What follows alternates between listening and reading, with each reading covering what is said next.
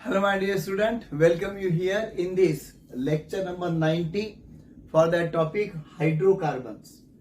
Now in the earlier two videos we have completed that halogenation reaction with the mechanism of chlorination and all. Okay, now this is another reaction of alkanes that we shall learn. Combustion of alkanes. What happens in the combustion? Combustion का मतलब आपको मालूम है burning process. So whenever alkanes are there heated in air or dioxygen, अगर alkanes को हम heat करते हैं air या dioxygen में, then what happen there? Then carbon from alkane will get oxidized into carbon dioxide and hydrogen will get converted into that water there, H2O. Okay, so let us see the reaction. Very simple there. CH4, which is gaseous, when it combines with oxygen, that is also gaseous. अब यहां पे क्या होता है देखो, carbon is going to form CO2 and hydrogen is forming H2O. देखेंगे particularly CO2 gas plus H2O, water will be formed. अब यहां पे हाइड्रोजन कितने हैं? There are 4 hydrogen. So what we shall take? We have to take twice H2O. Now will you balance the reaction? ये balancing आपको आ जाएगा. देखो अब 2 ऑक्सीजन है, ये 2 ऑक्सीजन है, कितने हो गए? 4. 4 oxygen are required. Here we have got only 2. So that's why we have to write twice. Remember my friend, dioxygen you have to take. That means you are not supposed to write 4 oxygen like this. ऐसा मत लिखो. 4 oxygen वो वैसा लिखने की जरूरत नहीं है. यहाँ पे just you have to write twice O2 there. Okay, twice O2 लिखने की वहां पे जरूरत है. And if this reaction is carried out at a room temperature, then what happen there? Large room यानी particularly 298 K temperature, that liquid will be formed there, and here delta H यानी amount of heat evolved will be minus 890 kilojoule per mole of methane. Okay, methane तो एक ही ले लिया है हमने. Carbon gives CO2, 4 hydrogen giving twice H2O, and this is that minus sign indicates that this much amount of heat is evolved.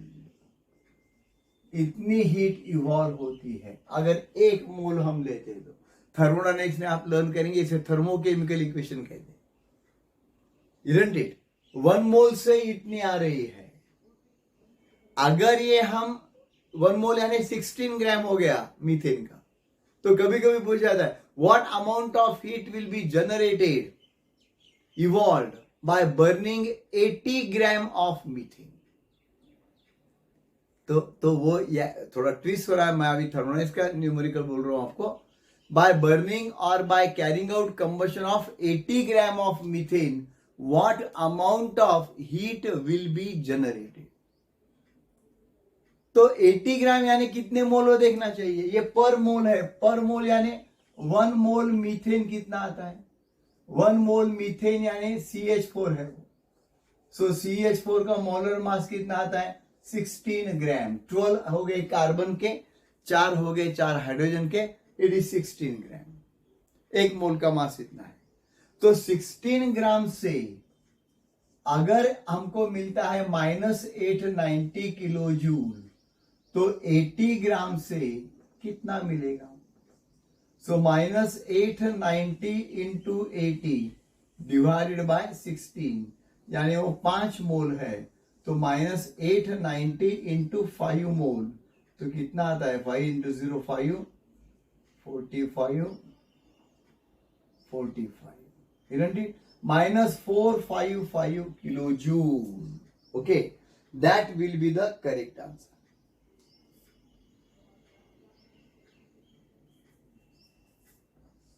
44 आ जाएगा.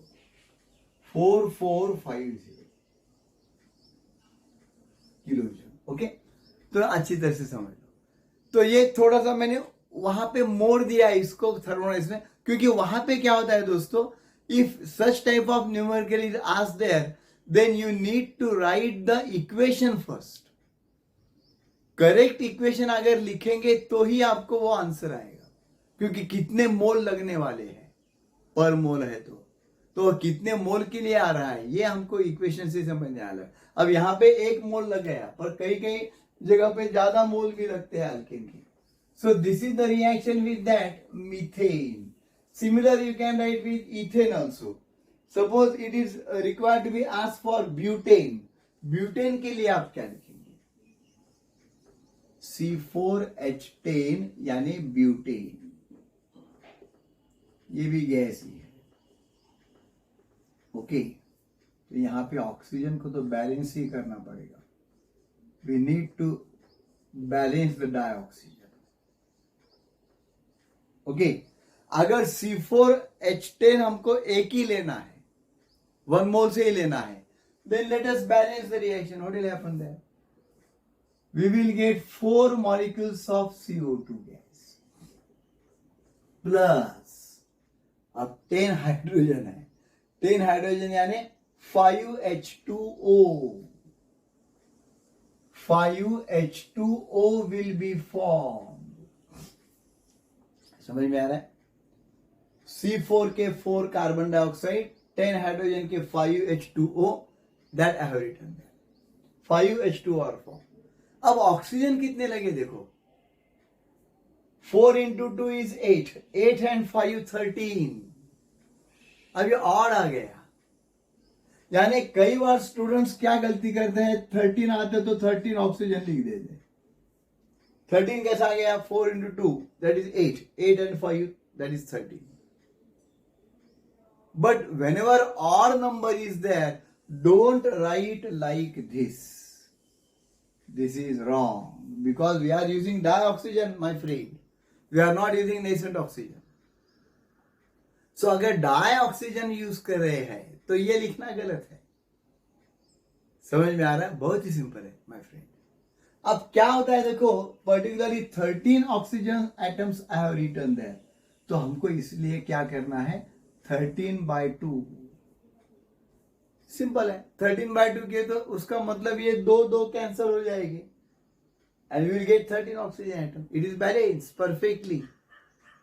Okay, तो ये तरीका जो अच्छी तरह से सीख लो आप, that delta H here which is evolve is near about huge amount 2877 kilojoule पर मोल. 1 मोल मीथेन जब जल जाता है then it will give this 2877 amount. So just to keep in the mind what we have to do there, that heat is evolved, no doubt. We have to balance the reaction very properly here. And because the heat is evolved in the combustion of alkanes there, we have to or we can use alkanes as the best fuel. What is LPG that we are using? LPG means liquefied petroleum gas. So liquefied petroleum gas जो है, that we are using as a domestic fuel only and only because that burns and on combustion that produces that blue flame, we know, that gives intense amount of the heat in large amount. Okay, तो ये ध्यान में रखो. ये reaction के particular equation के ऊपर questions भी आते हैं थर्मोडायनामिक्स में. What amount of heat is evolved when that much amount of LPG is burned, like that. Okay, अब इसलिए बैलेंसिंग के लिए एक जनरल इक्वेशन मैं आपको दे दूंगा, वो ध्यान में रखो. CnH2n+2. इसमें अगर हमें बैलेंस करना है ऑक्सीजन कितने हैं, तो particularly take that equation, remember that equation like this, 3n+1/2 O2. Okay, then it will give n number of CO2 gas plus n number of CO2 gas तो मिल गए हमको, n+1 number of H2O. with large amount of heat. Okay, that x kilojoule heat जो भी होगा पर मोल करना है, इसलिए हम ऐसे बैलेंस कर रहे हैं. अब इसको अप्लाई करके देखो इस इक्वेशन को. n क्या है? n is number of carbon atoms. तो n अगर 4 है यहां पे